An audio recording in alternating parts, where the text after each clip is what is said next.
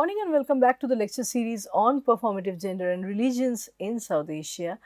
We are discussing Bhakti tradition and today we will discuss Sikhism and the central figure of Sikhism, that is Guru Nanak.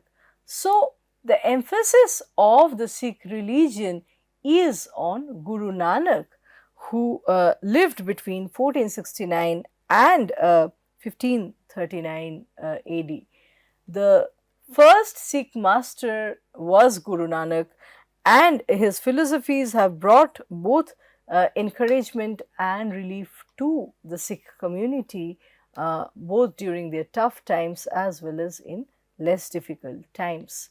So, we see that the figure of Guru Nanak acts as a point of union of, or a point of convergence of opposing thoughts of different kinds of societal and communal differences. Sikhism becomes a point of interface, productive or peaceable interface between Hinduism and Islam in the South Asian context, where Sikhism renounces caste practices, it emphasizes service for people, right? It is mainly drawing on Nirgun Bhakti tradition, where idol worship is renounced, eradicated. And so Guru Nanak was a very popular figure who has been venerated, who has been revered by the Hindus and the Muslims alike. He is very similar in this sense to the figure of Kabir Das, right?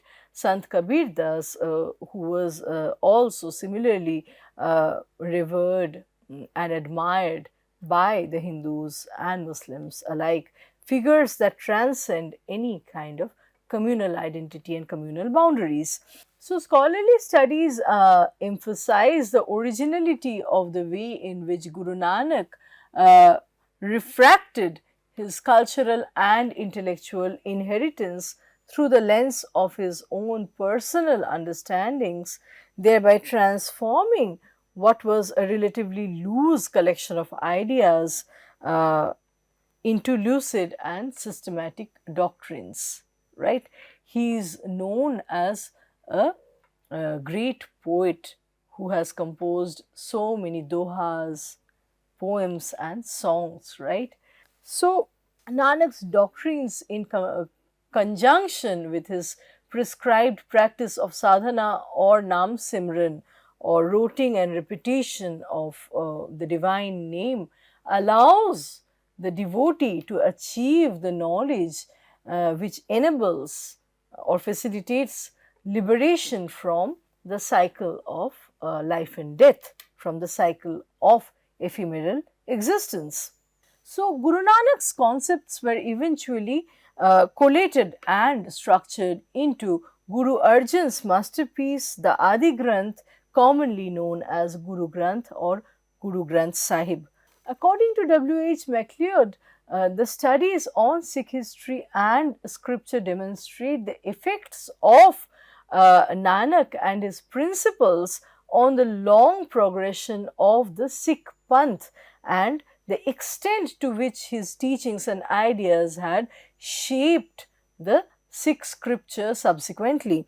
So, contemporary Sikh scholarship has followed the trend established by Sikh authors dating back to the mid 16th century, which trace the beginnings of Guru Nanak's religious biography, or rather biographies, known as the Janam Sakhis, right? Janam Sakhis literally meaning birth evidence. So, the Janam Sakhis are short tales written in Punjabi Gurmukhi script, and scholars emphasize that they are the oldest existing examples of writings in Gurmukhi script. They are Sakhis or short tales, stories about the birth and life, Janam, of Guru Nanak, who was the first prophet mentor of the Sikh religion. The earliest Janam Sakhis came to be written towards the end of the 16th century and have been passed down, the generations passed down through the years in a variety of renditions, such as the Bala, the Miharban, Adi and Puratan. They emphasize the significance and distinctiveness of Guru Nanak's birth and life in terms of each writer's particular beliefs and preferences. So, they have this quality of oral tradition, orality, where not all versions are uniform across all the writings. There are certain personalized treatment of these Janam Sakhis, where different authors have their own different versions when writing about Guru Nanak's life and experiences.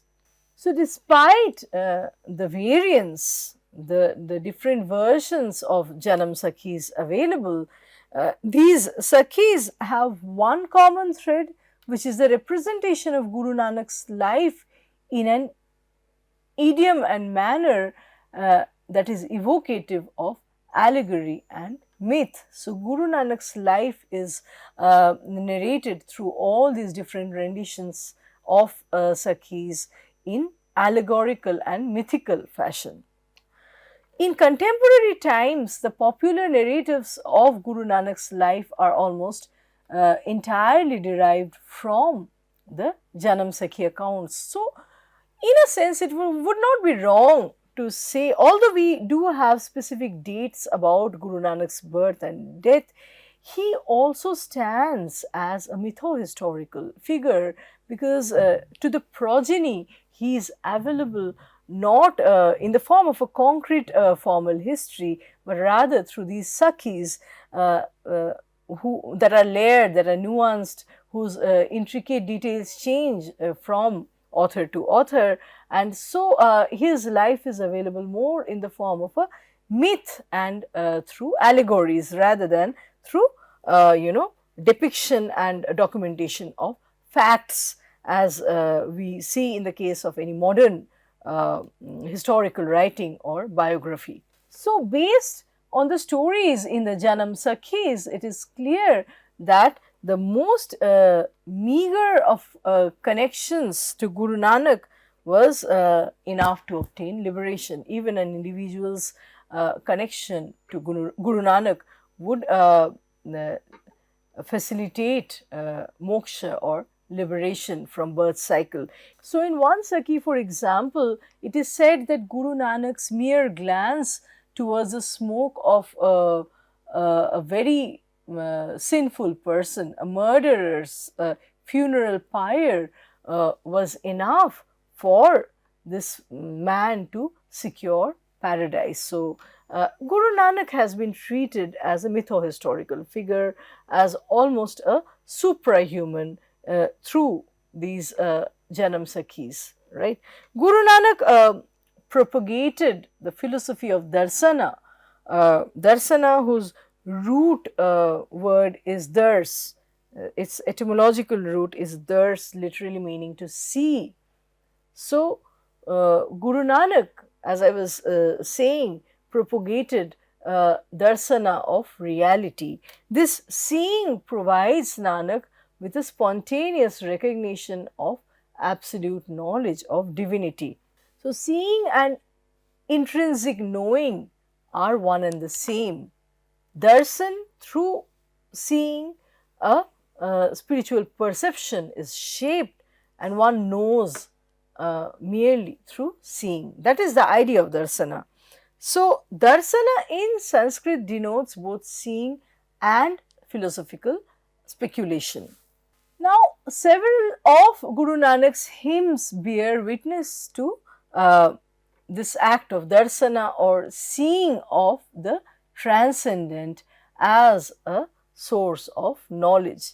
They stand in fundamental opposition to insights gained through doubt, as one sees in the case of Descartian thoughts. The Descartian metaphysics that talks about, you know, doubting as contingent to one's existence. Because we doubt, we exist, right? We think, therefore we exist.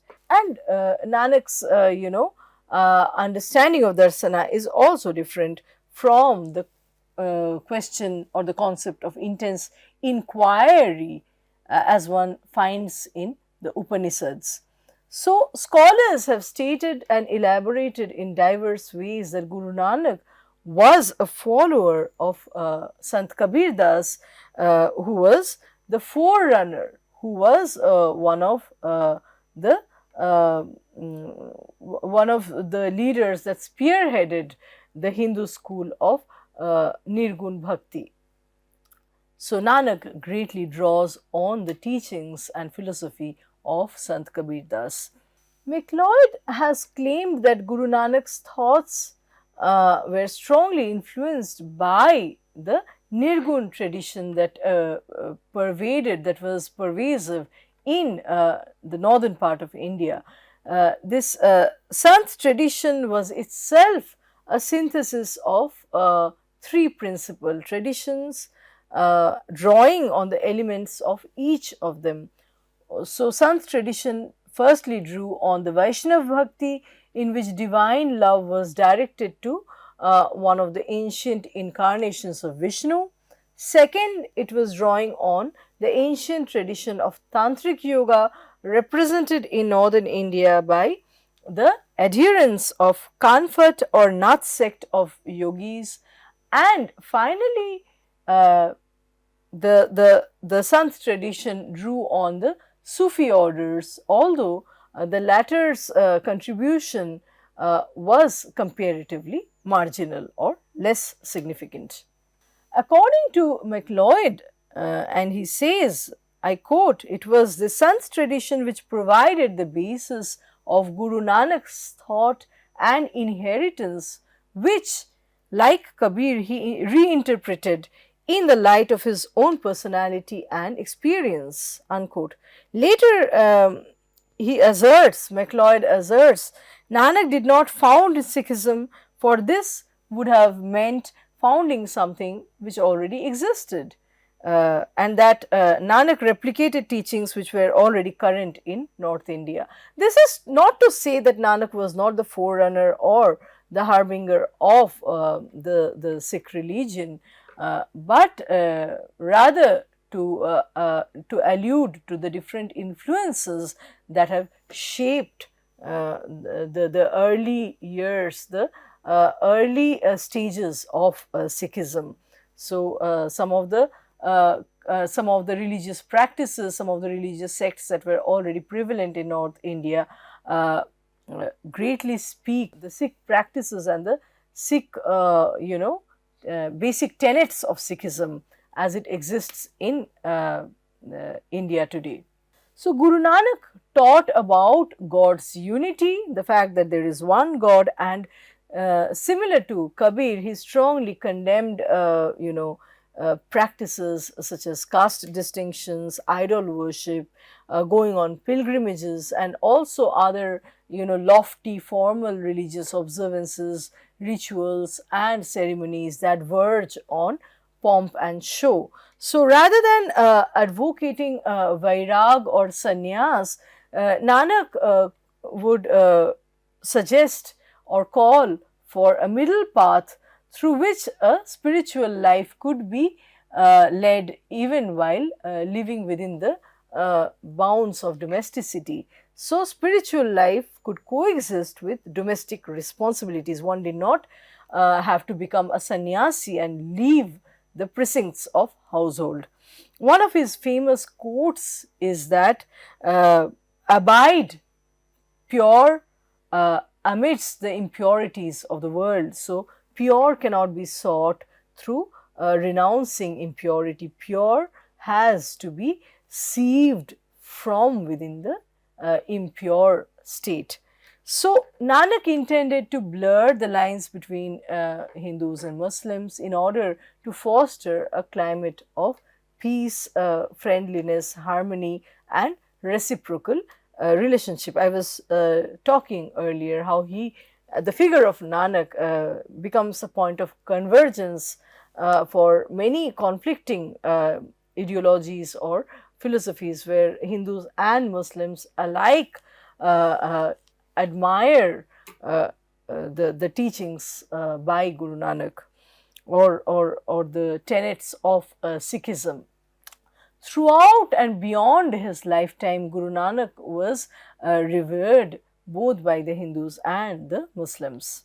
Guru Nanak preached that the real cause of misery of the people was their disunity, owing to differences in belief, differences in faith, differences in the path, spiritual path that they follow. So he considered a kind of sameness at the societal level that would lead to harmony. He considered education as essential for the attainment of a fruitful life, of a more complete and truer life. He advised his followers to achieve a state of mind where there would neither be pain nor happiness, and this could be attained through the Nam Simran, constant recitation of the Satnam, or the sacred name of God. Nanak's conception of religion was therefore practical and ethical. He would condemn the superstitious practices, the superstitions and formalism of Hinduism as well as Islam, and he denounced all forms of vice, selfishness and hypocrisy, especially associated with caste practices.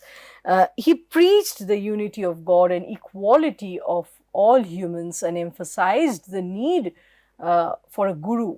So the Guru tradition becomes central or at the heart of Sikhism, where the figure of the preceptor or guru is important for guiding the follower in the correct path, in the path of God or divinity. So here let's take a look at one of the poems or doha by Guru Nanak. It has been translated by Niti M. Sadarangini, and it is extracted from Guru Granth Sahib. This is how the poem goes. Trudging headlong through the continent, he meditates upon Rabba as standing on one foot. Securing his wind-like mercurial mind, he remembers him and bows low. Extremely low he bends his head. Who does he lean on? Whom wish to force? Who can say Nanak, whom the Creator will bless with bounty? Beneath his commands, the Swami keeps us all. The fools expose their own folly. So we see that in this poem, Guru Nanak's tone is clearly sarcastic. He is mocking and scoffing at the extreme religious practices of austerity in expectation of God's blessings. The devotee standing on one feet in a state of penance, expecting the God to come and bless. But these external, manifestations, these complacent gestures, do they really mark an authentic devotee as such? This is something he is questioning here. Who does the Creator bless with bounty? So all these external rituals, all these superstitions are something that Guru Nanak's teaching wants to eradicate. So bowing too much, standing on one feet, these gestures do not necessarily make a person pious. Piety has got to do more with good practices, good ethics, and renouncing of hypocrisy and falsehood. Next, we have one more doha. In original, it would read as follows. It's a very short doha comprising 2 lines. Dukh mahua maran hari naam, sila santokh pisuno pisuno hath dan. When translated to English, it goes as follows: the arsenic of pain I kill with Hari's name and pound it in the mortar of contentment with hands that are your gift. So, it is also taken from Guru Granth Sahib. Here we see celebration of the practice of simran, taking of the God's name, repetition of the Satnam, which generates a sense of happiness, contentment, and ultimately submission to the absolute, to the divinity. So, with this, we come to an end of our lecture on Sikhism. I'll meet you again in another lecture with another round of discussions. Thank you.